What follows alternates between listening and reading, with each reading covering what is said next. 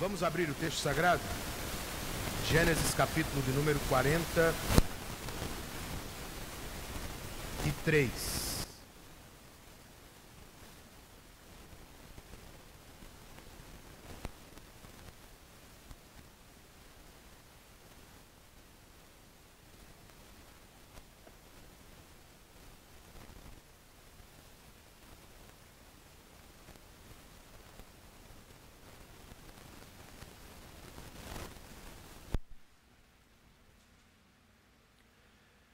Você já precisou se retirar de uma reunião de trabalho para respirar um pouco? Depois de uma conversa mais intensa em casa, já teve que fazer uma caminhada na orla de Cabo Branco? Por quantos quilômetros você andou? Na Itália, um homem de 48 anos, após discutir com a esposa, saiu dizendo que ia fazer uma caminhada e acabou parando 400 quilômetros longe de casa. Dá para acreditar? Os filhos de Jacó, no texto de hoje, também estão de cabeça cheia, como dizemos. José e Simeão estão ansiosos no Egito, esperando para ver se os outros voltarão com Benjamim. Todos os outros estão em Canaã aflitos, sem saber se vão conseguir convencer o pai a liberar Benjamim para fazer a viagem. E agora, irmãos, o que será que vai acontecer? E o que nós fazemos quando estamos em situações parecidas? Leiamos o verso de número 23, parte A, e sejamos apresentados à grande mensagem deste texto. Gênesis 43, versículo 23, o texto sagrado diz: fiquem tranquilos, disse o administrador. Vamos orar? Senhor, nós estamos em Tua doce presença e Te agradecemos por isso. E agora que nos aproximamos de Tua palavra, nós queremos ouvi-la atentamente, pois cremos que ela é sim lâmpada para os nossos pés, é luz que ilumina nosso caminho. Que assim seja nesta manhã, por obra de Teu Espírito no nosso meio. Estamos na dependência dEle, rogamos pela assistência dEle e o fazemos em nome de Jesus. Amém.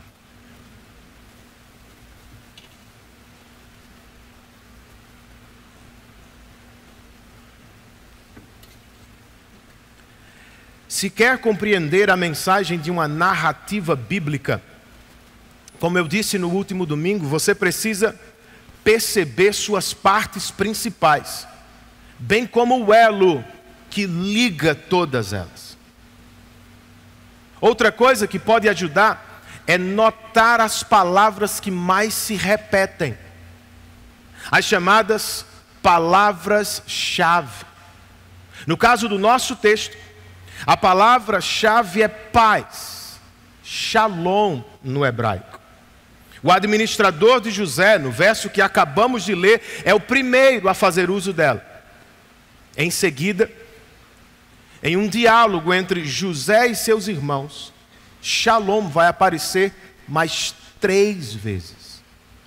E para perceber a importância desta palavra no texto, nós precisamos lembrar que ela está na origem dos problemas da casa de Jacó.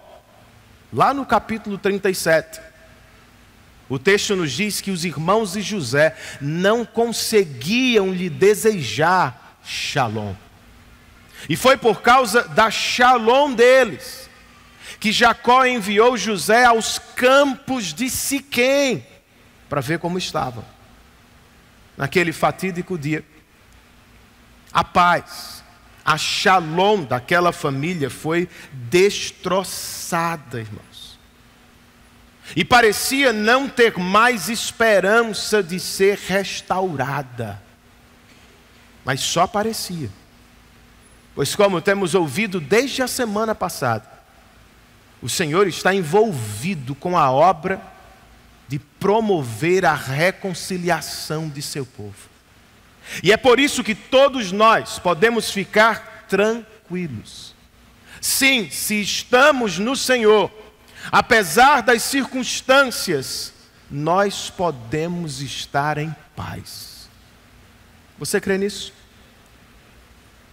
Mas por quê? Por que é, pastor, que você tem tanta confiança nesta mensagem? Por que é que podemos estar em paz? Por que podemos ficar tranquilos, mesmo em tempos de crise e de dificuldade? De acordo com o que aprendemos com este capítulo, em primeiro lugar, queridos, nós podemos ficar tranquilos, porque Deus tem misericórdia para nos guiar. Leiamos o que está entre os versos 1 e 7. Volte para o texto comigo, por favor. Moisés escreve: a fome continuava rigorosa na terra. Assim, quando acabou todo o trigo que os filhos de Jacó tinham trazido do Egito, seu pai lhes disse: voltem e comprem um pouco mais de comida para nós.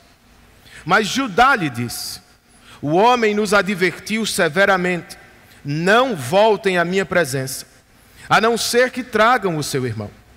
Se enviares nosso irmão conosco, desceremos e compraremos comida para ti. Mas se não o enviares conosco, não iremos, pois foi assim que falou o homem: não voltem à minha presença, a não ser que tragam o seu irmão. Israel perguntou: por que me causaram esse mal? Contando aquele homem que tinha um outro irmão. E lhe responderam: ele nos interrogou sobre nós e nossa família. E também nos perguntou: o pai de vocês ainda está vivo? Vocês têm outro irmão? Nós simplesmente respondemos ao que ele nos perguntou. Como poderíamos saber que ele exigiria que levássemos o nosso irmão? O último capítulo, vocês devem lembrar, terminou com Jacó dizendo: meu filho Benjamim não descerá com vocês ao Egito. Este capítulo, curiosamente, começa com o mesmo Jacó pedindo: meus filhos, voltem ao Egito. O que mudou, irmãos? Nada do lado de dentro ainda.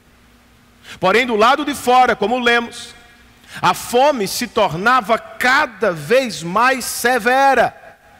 E a situação foi obrigando Jacó a considerar a difícil viagem para o Egito.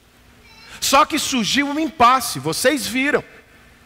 Judá, tomando a liderança de seus irmãos por 2 vezes, repete a condição do governador do Egito: não voltem, a não ser que me tragam seu irmão.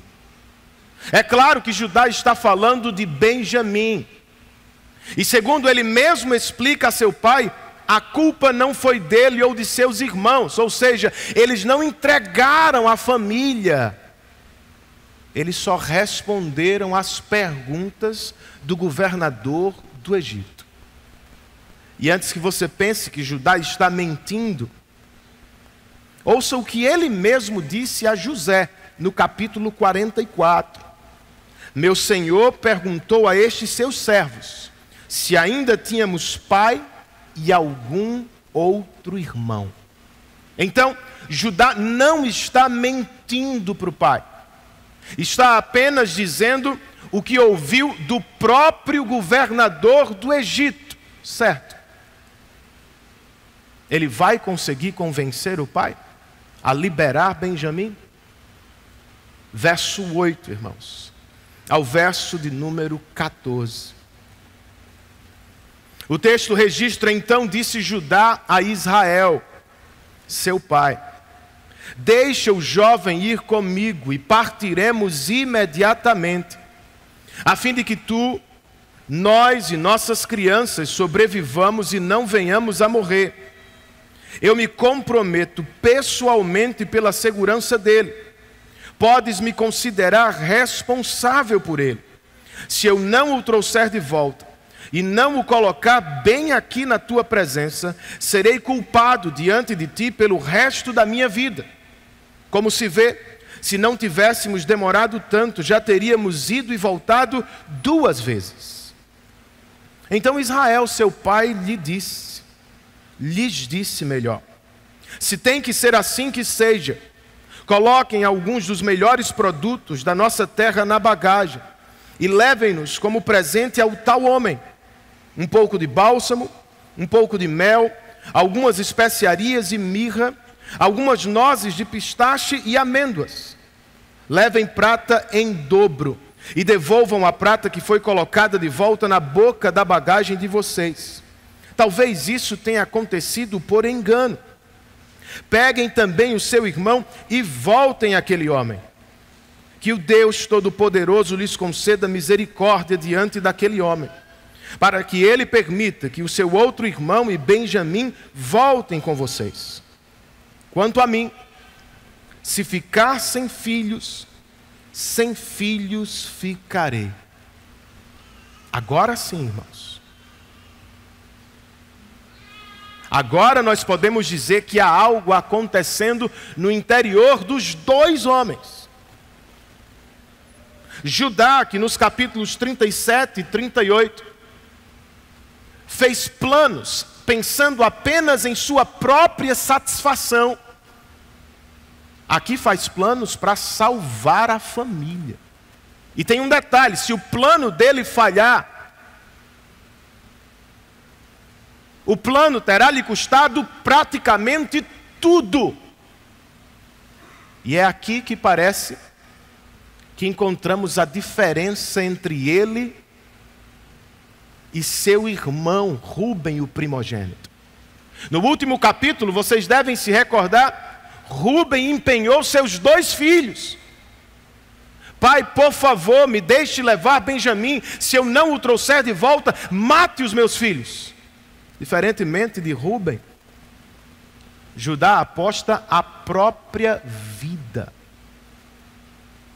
Jacó, por sua vez, também está mudando, irmãos. Jacó, que se agarrou a José no capítulo 37 como se ele fosse tudo. Jacó, que se agarrou a Benjamim no capítulo passado como se ele fosse o centro de sua vida. Aqui, entrega todos os filhos de uma vez aos cuidados do Senhor. Sim, os presentes eram importantes. Devolver a prata era mais do que justo. Mas tenha isso em mente: nada foi maior, nada foi melhor do que a oração que ele fez por seus filhos. Que o Todo-Poderoso lhes conceda misericórdia diante daquele homem. Percebam, Jacó não está apenas entregando os filhos ao Senhor.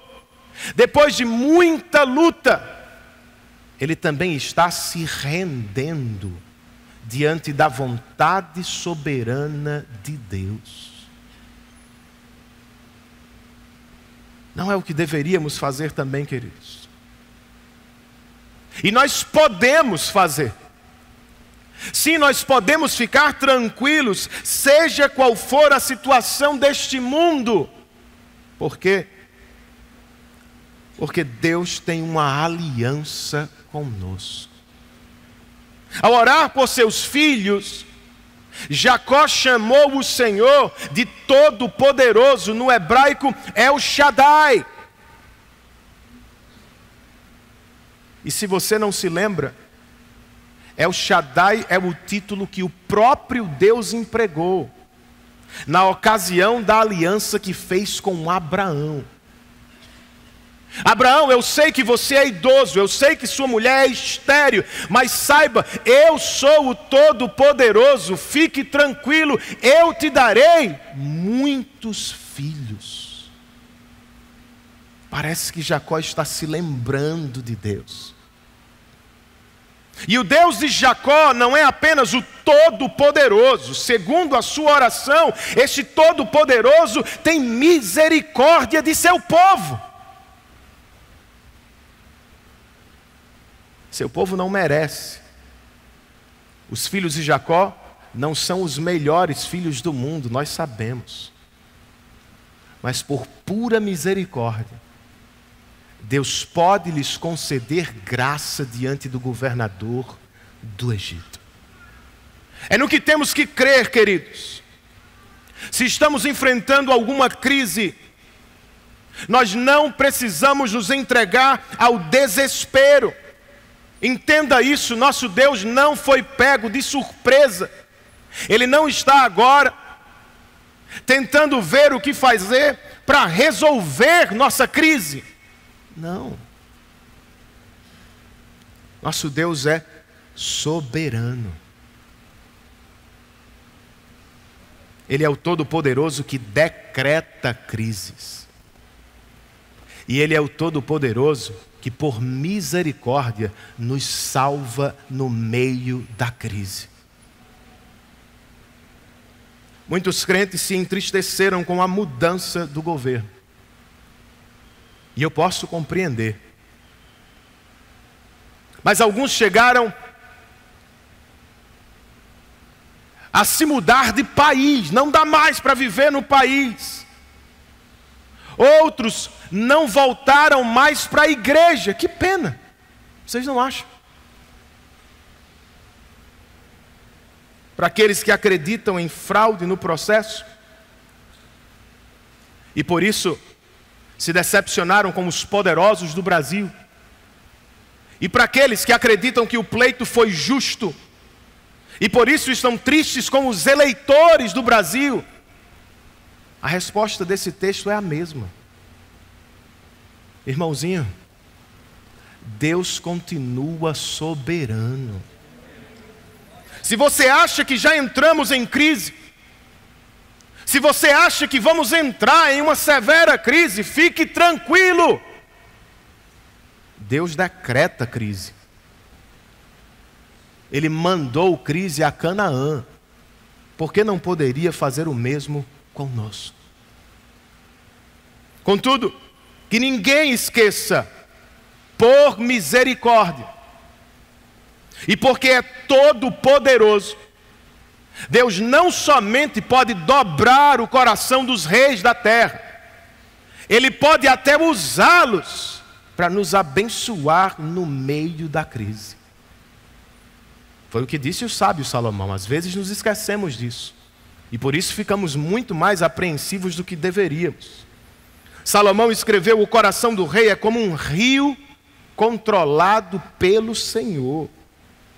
O Senhor o dirige para onde quer. Você entende isso? Bolsonaro nunca teve o poder que alguns achavam. Nem Lula é o todo-poderoso como outros pensam, irmãos.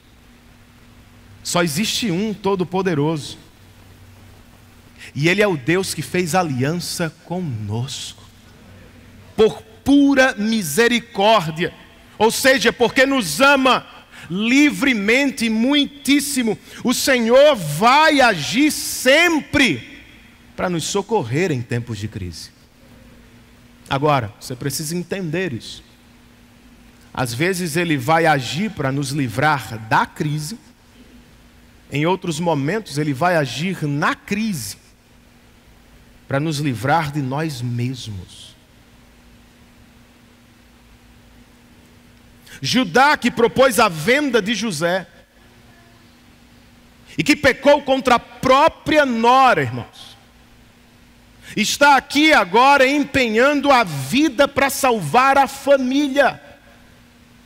Jacó, que tratou José e Benjamim como ídolos sem os quais não podia viver no mundo, agora os entrega aos cuidados do único e verdadeiro Deus. Sabe o que está acontecendo nessa família? santificação está em curso.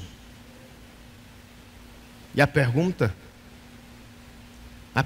é, ela também está em curso na sua família?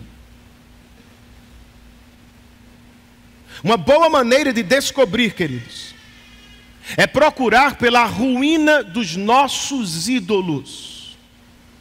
E é claro que eu não estou pensando em objetos de madeira, de pedra ou de gesso. Eu estou falando de qualquer coisa sem a qual você acha que não poderia viver. Sucesso na carreira profissional, família sem doença e próspera, prestígio e reconhecimento diante dos homens, dinheiro sobrando para fazer viagens ao exterior, seja lá o que for. Tem alguma dessas coisas ruindo na sua vida? Entenda, não é maldade do Senhor. É a mais pura bondade dEle. O Senhor quebra os nossos ídolos, a fim de que sejamos livres para amá-lo de todo o coração. Quando quebra os nossos ídolos, para usar a linguagem deste texto, o Senhor não está interessado em destruir nossa shalom, nossa paz. Não, queridos. Ele está nos libertando de uma falsa shalom em falsos deuses. E Ele está nos chamando de volta à verdadeira shalom, aquela que só se encontra em um relacionamento com Ele por meio de Cristo. Tem coisas ruindo? Deixe-as cair. Abra as mãos, afrouxe os dedos. Confie tudo ao Senhor e saiba, por bondade, Ele está santificando o seu coração. Mas e se estamos pensando na santificação dos outros? Do cônjuge, dos filhos, dos nossos irmãos do PG. Por vezes nós nos frustramos com o que julgamos ser pequena ou lenta santificação. Você ensina e a pessoa parece nunca aprender. Será que essa é a realidade? É a pessoa que não aprende? Ou é você que não tem paciência como professor? Judá ainda não é tudo o que precisa ser, irmãos. Mas vejam isso. Ele também já não é mais quem foi um dia. Santificação é um processo que vai durar a vida toda. Então, em vez de só murmurar de seu marido, em vez de só se frustrar com os filhos, em vez de só reclamar dos irmãos, aproveite o dia para celebrar o menor passo que seja de santificação. E continue ensinando, continue discipulando, mas jamais se esqueça de orar. Nós nos esquecemos de orar. Nos esquecemos que, embora tenhamos alguma participação na santificação, ela ainda é uma obra de Deus. Não é a qualidade do seu ensino, não é o número de sermões que eu prego na igreja. Quando a santidade aparece aqui ou na sua casa, irmão, não tenha dúvida. É por pura graça, é por obra de Deus e é para a glória de Deus. Siga pregando, siga ensinando, mas siga orando com Jacó, que o Deus Todo-Poderoso lhes conceda misericórdia.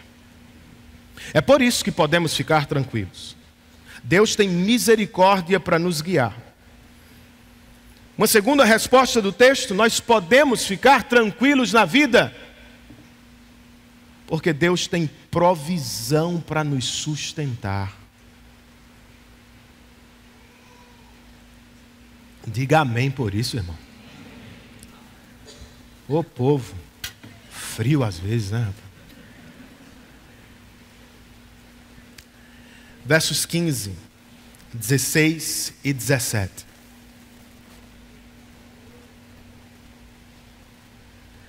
Então os homens desceram ao Egito, levando o presente, prata em dobro e Benjamim, e foram à presença de José. Quando José viu Benjamim com eles, disse ao administrador de sua casa: leve estes homens à minha casa, mate um animal e prepare-o. Eles almoçarão comigo ao meio-dia. E ele fez o que lhe for ordenado e levou-os à casa de José. Judá e seus irmãos, 9 irmãos, voltaram ao Egito com uma missão tripla: provar que não são espiões, resgatar Simeão que ficara preso e comprar mais grãos para matar a fome de sua família. E é claro, irmãos, que no trajeto eles devem ter sido assaltados pela ansiedade muitas vezes. E devem ter se perguntado uns aos outros: vamos chegar a tempo de salvar Simeão? E será que o governador do Egito vai receber a prata de volta? Ou será que vai nos tratar por ladrões? Eles não sabem.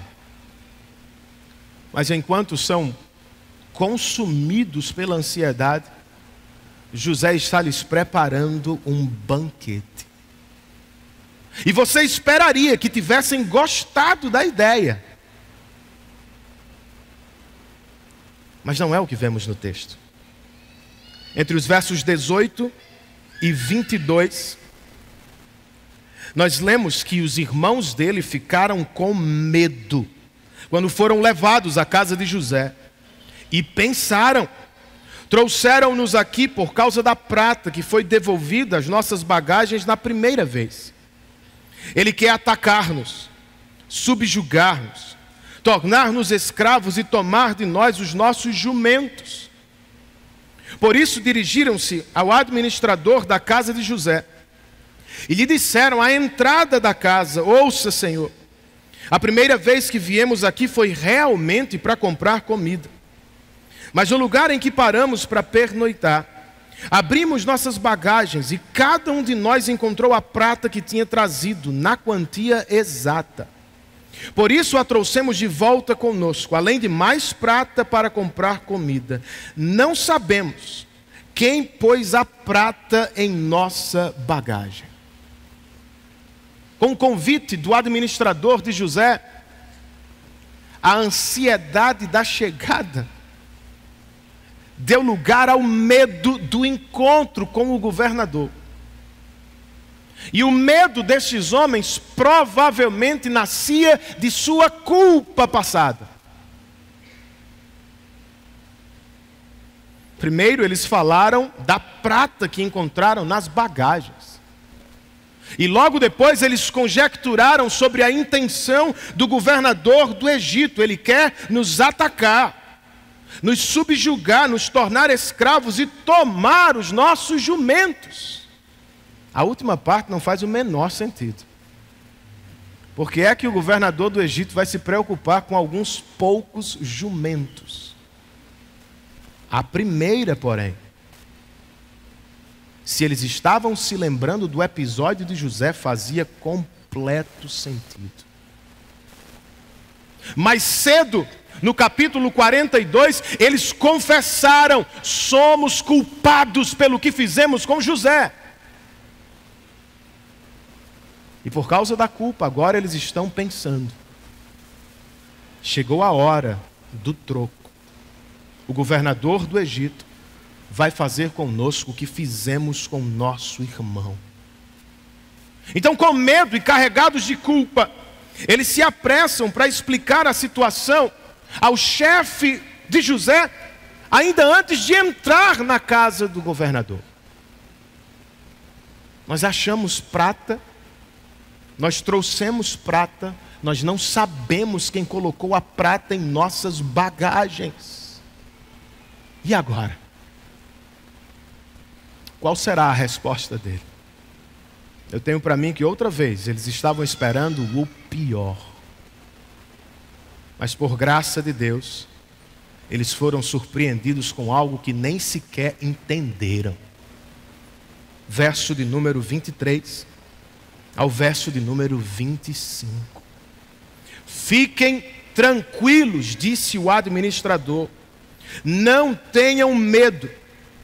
O seu Deus, o Deus de seu pai, foi quem lhes deu um tesouro em suas bagagens, porque a prata de vocês eu recebi. Então soltou Simeão e o levou à presença deles. Em seguida os levou à casa de José. Deu-lhes água para lavarem os pés e forragem para os seus jumentos. Eles então prepararam o presente para a chegada de José ao meio-dia, porque ficaram sabendo que iriam almoçar ali. Por essa, irmãos, eles não esperavam. De trás para frente, os irmãos de José não esperavam almoçar com o governador do Egito.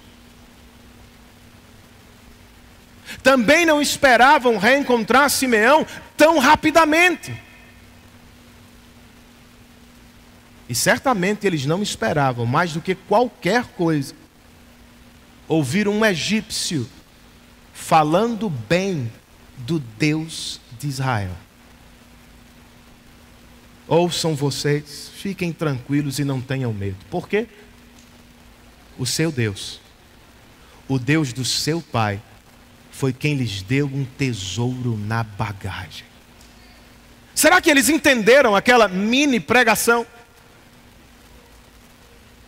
Ou será que ficaram mais atordoados e confusos, tentando fazer sentido? Bem, como é que esse homem conhece o Deus do nosso pai? E por que é que ele usou tesouro no lugar da prata?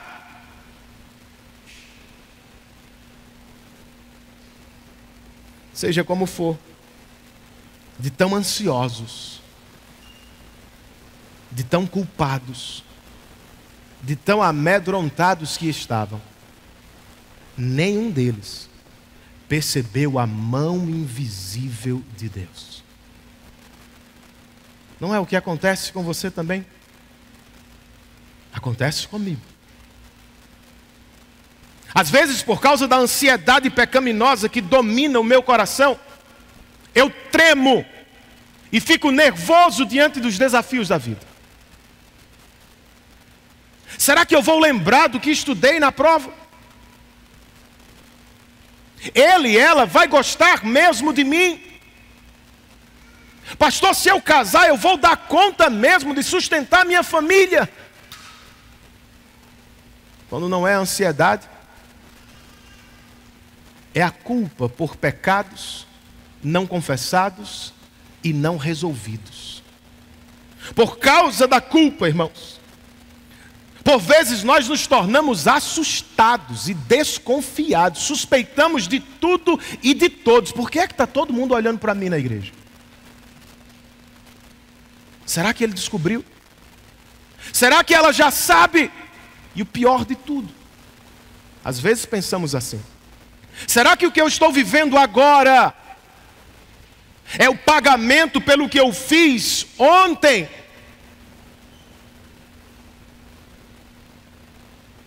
Não é a ansiedade, nem é a culpa.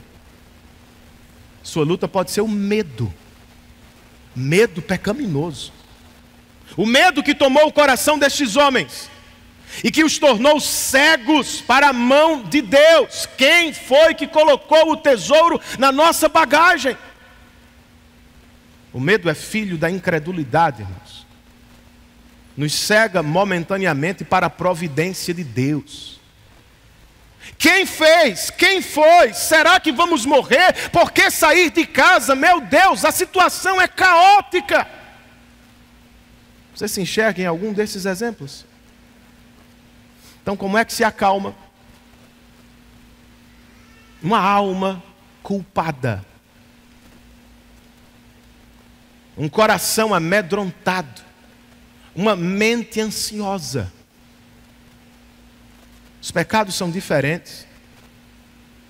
tem a mesma mãe, a incredulidade, e portanto nós os atacamos com a mesma arma, a palavra de Deus que gera fé, irmãos. Não sei se o administrador da casa de José cria no que estava falando, mas foi a arma que ele usou. Ele não fez uso de autoajuda, nem deu uma de coach da positividade. Ele recebeu do hebreu, seu senhor, uma mensagem e transmitiu para aqueles homens: ei, o Deus de vocês, o Deus do pai de vocês, foi quem colocou um tesouro na bagagem de vocês. Porque é que eu e vocês podemos ficar tranquilos e não ansiosos diante dos desafios do presente. O Deus de seu pai é o seu Deus. De novo, eu não sei se esse homem entendia o que ele estava falando, mas isso é uma verdade bíblica. Qual é, pastor? Nosso Deus não é Deus apenas do passado, irmãos. Ele é Deus sobre o passado, sobre o presente e sobre o futuro.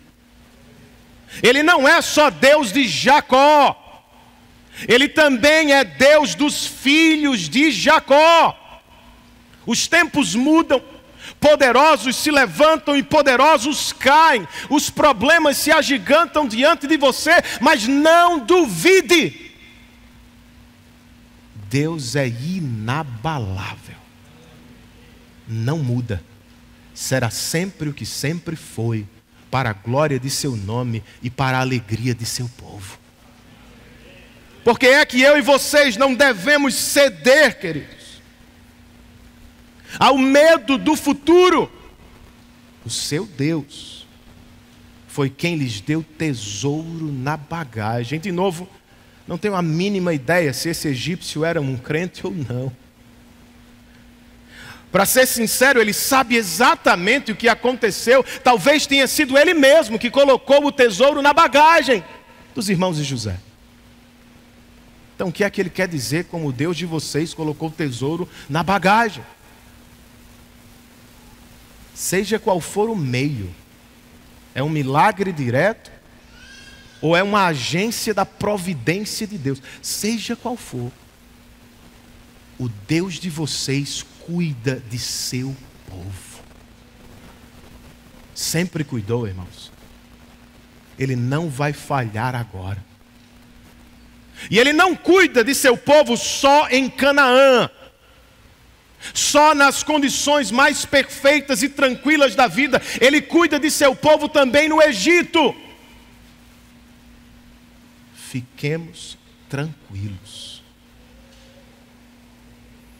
Para terminar essa divisão, por que é que podemos ficar tranquilos quanto ao passado?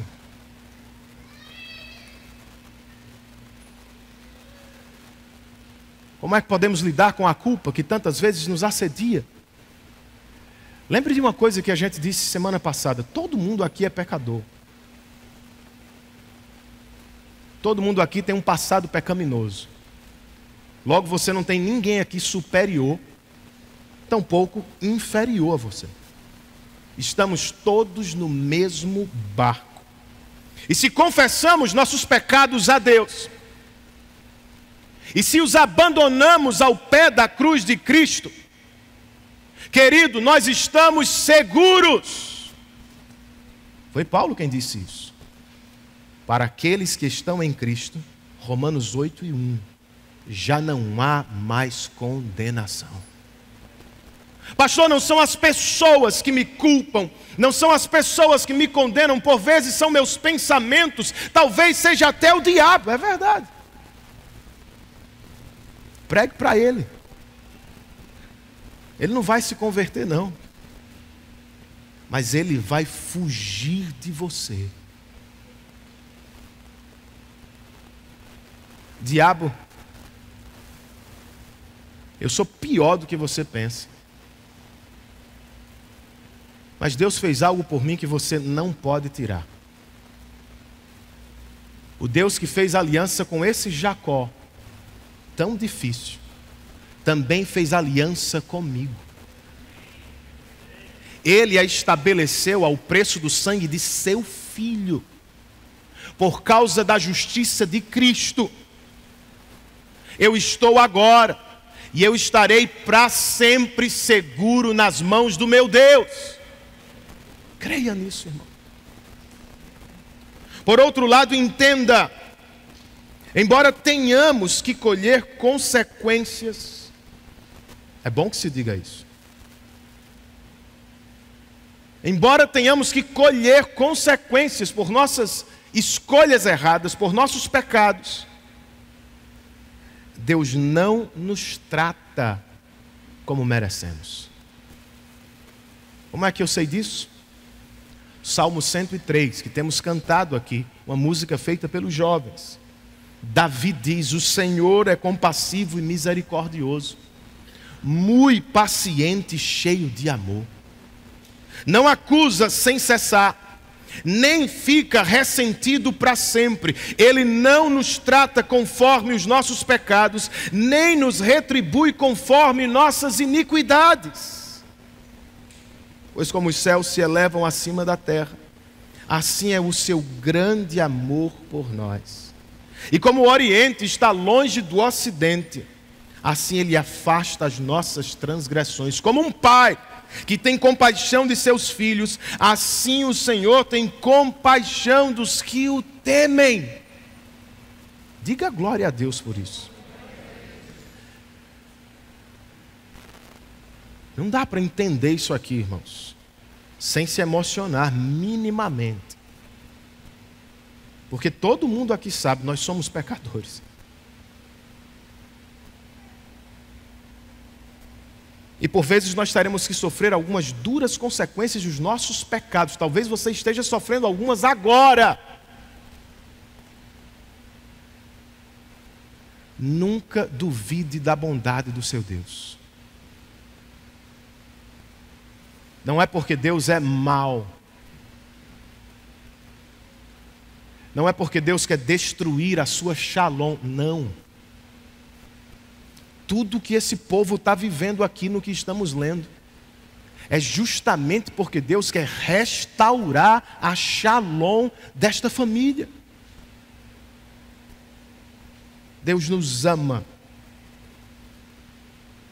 Então, até quando estamos colhendo consequências dos nossos pecados, nós podemos dizer que é para o nosso bem e para a glória dele. Por isso podemos ficar tranquilos. Para terminar, uma última resposta deste texto. Nós podemos ficar tranquilos porque Deus tem graça para nos perdoar. Entre os versos 26 e 30, nós lemos o seguinte: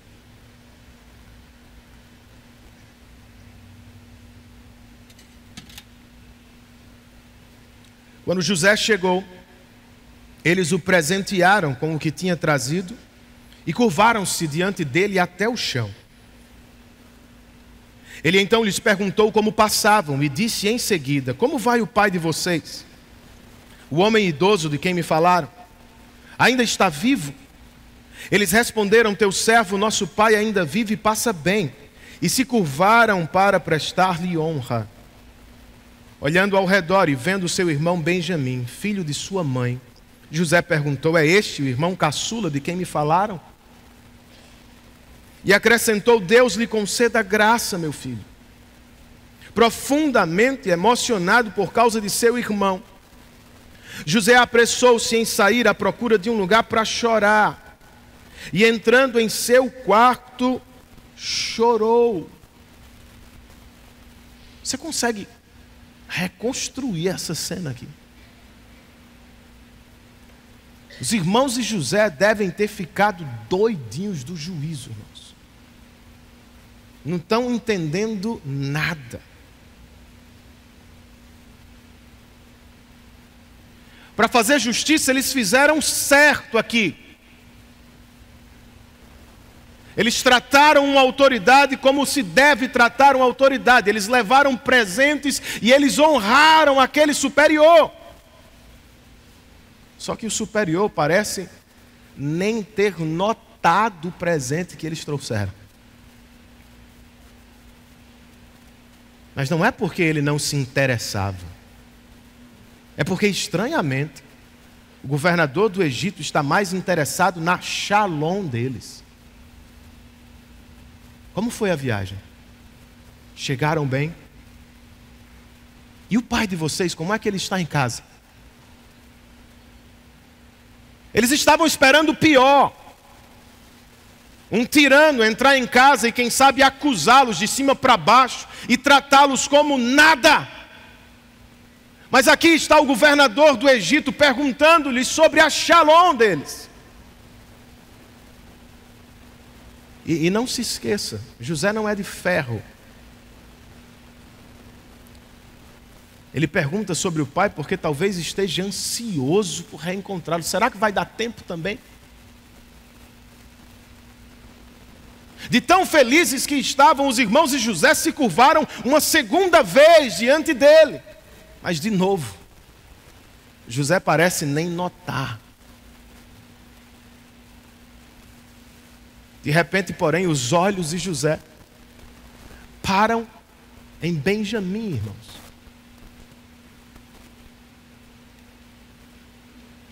O único filho de pai e mãe que ele tem, ou melhor, irmão.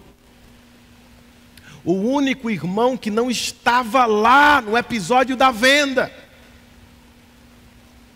Ele olha para o menino e, reconhecendo as suas feições, ele diz: é ele?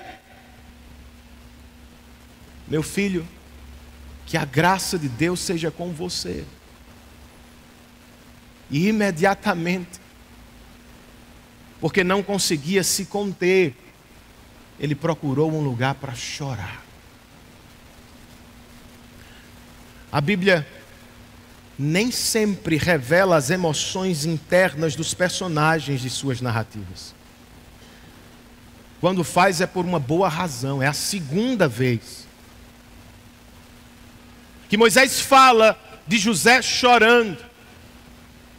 E é pela segunda vez que ele está nos dizendo que a reconciliação é algo difícil.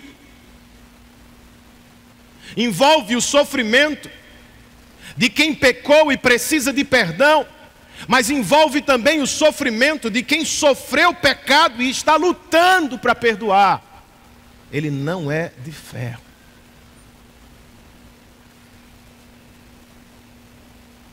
Depois de lavar o rosto, verso de número 31, José saiu e, controlando-se, disse: sirvam a comida. Serviram a ele em separado dos seus irmãos e também dos egípcios que comiam com ele, porque os egípcios não podiam comer com os hebreus, pois isso era sacrilégio para eles. Seus irmãos foram colocados à mesa perante ele por ordem de idade, do mais velho ao mais moço, e olhavam perplexos uns para os outros. Então lhes serviram da comida da mesa de José. E a porção de Benjamim era 5 vezes maior que a dos outros. E eles festejaram e beberam à vontade.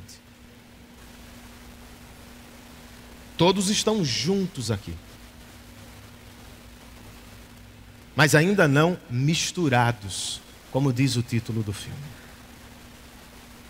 Eles estão juntos e separados. Estão no mesmo recinto, mas não se sentam ao redor das mesmas mesas. Você viu isso? Uma razão está clara no texto. Os egípcios não comem com os hebreus. E é por isso, irmãos, que foi mais fácil florescer no Egito do que em Canaã. Em Canaã sempre havia o perigo da mistura. Os hebreus eram muito mais tentados a se envolver com os outros povos em Canaã. Mas no Egito não pode. Os egípcios se sentem maiores e superiores. É ali que uma família vai crescer e se tornar uma poderosa nação. Que coisa! Mas há outra razão para não estarem juntos e misturados aqui. E a razão é a reconciliação.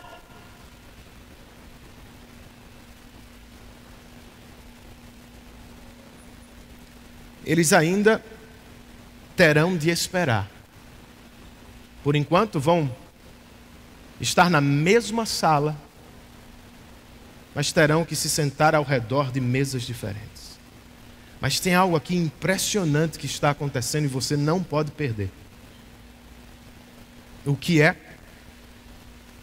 Os irmãos de José foram colocados perante ele, segundo a ordem de seu nascimento, do mais velho para o mais jovem. Essa é a razão do espanto. Você leu isso, os irmãos de José ficaram olhando uns para os outros, perplexos, perguntando-se, como é que ele sabe? Como pôde acertar a ordem de nascimento dos 11 filhos de Jacó?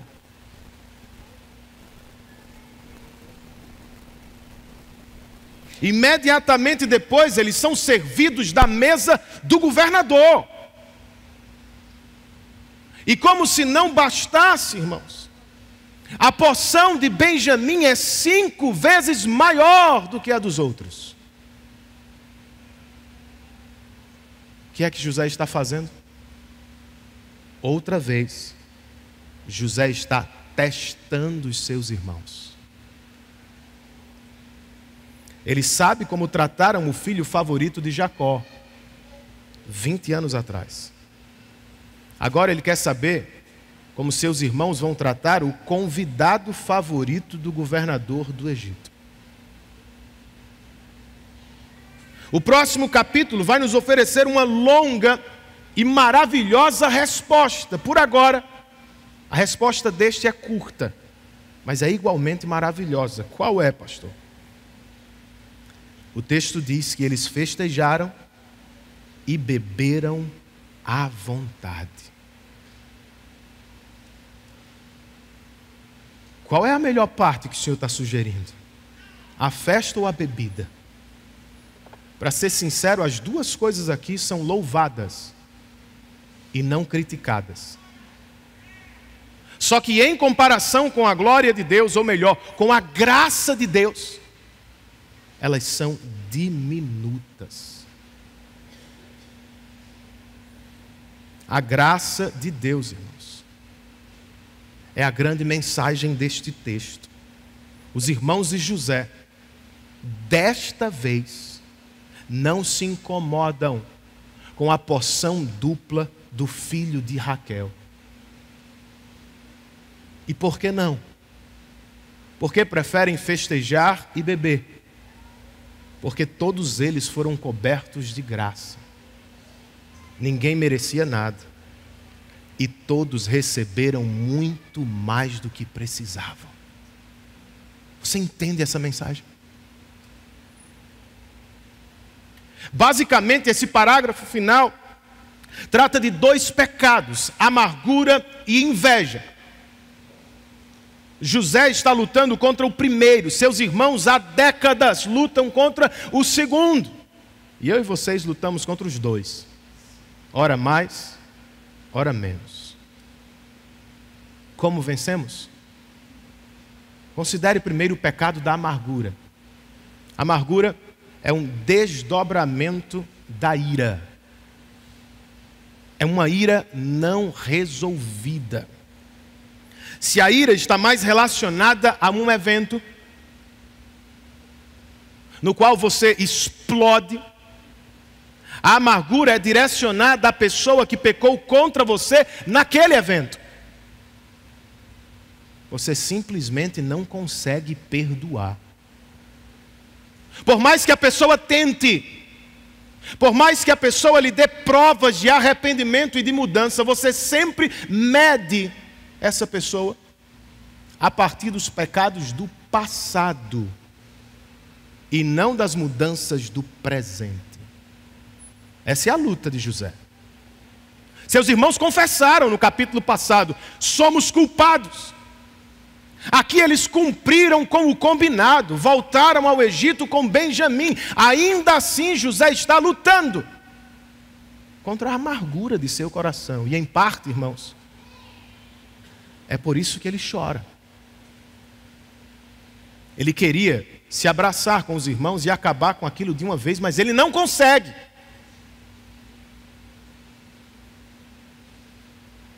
E é aqui que eu acho que nós temos uma poderosa lição. Simples, mas poderosa. Crentes podem chorar até por seus pecados aos pés do Senhor da graça. E antes que você me diga que chorar não é coisa de homem, Davi chorou quando perdeu seu filho Absalão. Jó, eu acho que não tinha mais nem lágrima, mas amaldiçoou o dia de seu nascimento. Moisés e Elias, gigantes do Antigo Testamento, de tão exaustos que estavam da obra de Deus, pediram para morrer. O que é que eu quero com os exemplos? Se Deus aguenta ouvir o lamento dos grandes, Ele dá conta de ouvir o choro dos pequenos. Certo pai, depois de enterrar o filho que havia morrido por afogamento, entrou no carro e dirigiu somente por 2 horas sem parar, sozinho.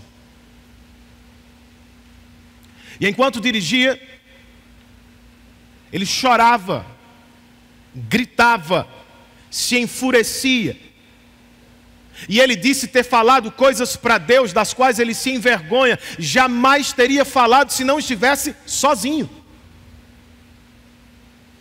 Depois de 2 horas ele voltou para casa. Estacionou o carro e antes de descer, colocou a mão no volante e fez uma breve oração. Senhor, me perdoa por tudo o que eu disse. E me perdoe também pela maneira como eu disse. Mas eu vou entrar em casa tranquilo, pois eu sei que tu és um pai que, como eu, viu um filho morrer. Então o Senhor sabe do que eu estou passando, e o Senhor aguenta o meu sofrimento. Deus aguenta, irmão. Não fuja dele, fuja para ele. Procure um lugar secreto na sua casa. Sim, tenha um tempo para você. Entre no quarto, feche a porta e chore diante dele. Abra o coração e diga ao Senhor o quão difícil é perdoar, por exemplo. O quão difícil é esquecer. O quão difícil é se relacionar com aquela pessoa que lhe machucou profundamente. Ele entende.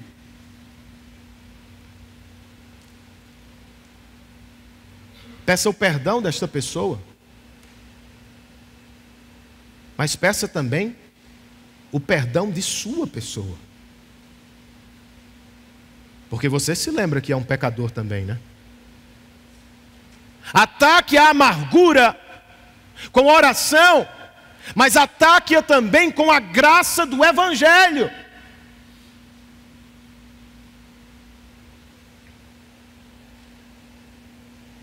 Lembre-se que você é tão pecador quanto o pecador que lhe feriu. Lembre-se ainda que o seu débito diante de Deus era infinitamente maior do que o débito da pessoa que pecou contra você. E lembre-se, acima de tudo, que por pura graça, Cristo assumiu a sua dívida. E por causa dele, que não tinha pecado, Deus perdoou você, que só tinha pecado. Pense nisso. E faça guerra contra o pecado da amargura. Pastor, e o que fazemos contra o pecado da inveja? Inveja, de acordo com um dicionário que eu consultei, é o desgosto que sentimos diante da felicidade ou prosperidade alheia. Você se lembra do irmão do filho pródigo?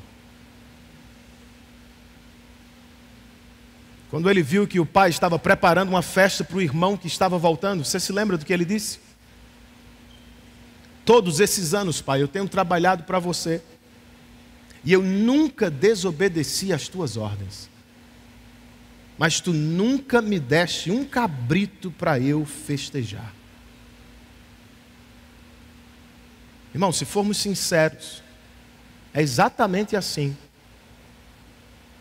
que por vezes nós agimos quando somos tomados por algum tipo de inveja. Quando invejamos a vida, a família, os bens, a profissão dos nossos irmãos e amigos. Se é contra o que você tem lutado, pense na resposta do pai do filho pródigo. Meu filho, você está sempre comigo e tudo que eu tenho é seu. Mas nós tínhamos que celebrar a volta deste seu irmão e alegrar-nos, porque ele estava morto e voltou à vida, estava perdido e foi achado. Lembre-se desta resposta dos irmãos de José. No passado, eles sofreram como favoritismo do pai. Foi do pecado de outro que nasceu ou foi fortalecido o pecado deles. E por causa do próprio pecado, no passado, no capítulo 37, Moisés nos diz que eles tinham ciúmes de José. Aqui, porém, a resposta deles foi diferente. Por quê, irmãos? Porque todos foram cobertos de graça. Por que reclamar da medida dupla de Benjamim, se nós também recebemos o bastante? Por que vamos ter inveja do nosso irmão, quando recebemos mais do que merecemos? Entende como o evangelho da graça pode ser uma arma? Use-a para atacar a inveja do seu coração. Como disse Natã, não o profeta da Bíblia, mas o nosso Natã, narrando a cantata de Páscoa, quarta-feira, existe apenas uma explicação para o que Deus fez por nós na cruz. E essa explicação não somos nós. Não é o nosso valor. A explicação é a riqueza da graça de Deus. O Deus da salvação tem paixão por conceder valor infinito a pessoas que nada merecem. Ele ama presenteá-los com o que os tornará supremamente felizes e para sempre. E não é com o que o vizinho tem na garagem. Não é com a saúde do amigo. Não é com o dom do irmão, com o que é. Deus nos tornará supremamente felizes para sempre, com a beleza de sua graça. É isso, irmãos. Quanto mais olhamos para a maravilhosa graça que recebemos, menos invejosos nós seremos uns dos outros. Como é que termina essa história? Vamos ter que esperar os próximos capítulos. Mas aquela da introdução eu posso contar. Se lembra do Senhor que, depois de uma discussão, saiu caminhando e parou 400 quilômetros longe de casa? O jornalista que descreveu o que aconteceu disse que em dado ponto ele foi parado por um policial que por sua vez descobriu que ele tinha sido dado por desaparecido. O policial o levou para o hospital, ligou para a esposa dele. Dias depois, a esposa foi buscá-lo no hospital. E em tom de humor, é claro, o jornalista termina o texto com uma pergunta: final feliz? Não sei, irmãos, eu gostaria muito. Mas eu não sei. No entanto, eu sei da resposta para uma pergunta muito mais pesada e séria. Como ter um final feliz eternamente com o Deus contra quem nós pecamos? A resposta é nossa Páscoa. Deus enviou seu Filho unigênito ao mundo, a fim de restaurar nossa Shalom, que estava completamente despedaçada. E saiba disso. Como Pai que é, Deus sofreu sim. Não foi só Jesus que chorou pelos pecados de Jerusalém. Deus o Pai sofreu com os pecados, os seus e os meus, que foram imputados sobre o seu Filho santo e bendito. E a pergunta é clara: por que é que ele não salvou o Filho naquela hora? Ele estava salvando filhos por meio do sofrimento de seu Filho. A cruz era o único meio de restaurar nossa Shalom. Era o único meio de restaurar a reconciliação entre Deus santo e seu povo pecador, porém amado. Mesmo sofrendo, Deus pagou o preço da reconciliação para que esta fosse completa. Para vivê-la, para experimentá-la hoje, você não faz absolutamente nada a não ser responder aquilo que Ele fez, abraçando a Cristo como seu Senhor e Salvador e abandonando a vida de pecado que você levava. Para aqueles que o fazem, para aqueles que se entregam aos cuidados do Salvador, se rendem aos pés dele, uma paz incomparável lhes é comunicada. É uma Shalom que não pode ser destruída, uma Shalom que não pode ser roubada. Pois se Deus é por nós, em Cristo Jesus, quem será contra nós, irmãos? Porque estamos seguros, para sempre seguros em Cristo. Nós podemos até correr o risco de buscar a paz uns com os outros. E mesmo quando isso nos custa muito, saiba, não será nada comparado com o preço que o Pai pagou para ter reconciliação comigo e com você. O Filho unigênito crucificado no nosso lugar e ressurreto dentre os mortos para a nossa salvação. Curve a sua cabeça, feche os seus olhos e ore ao Senhor em resposta àquilo que você ouviu.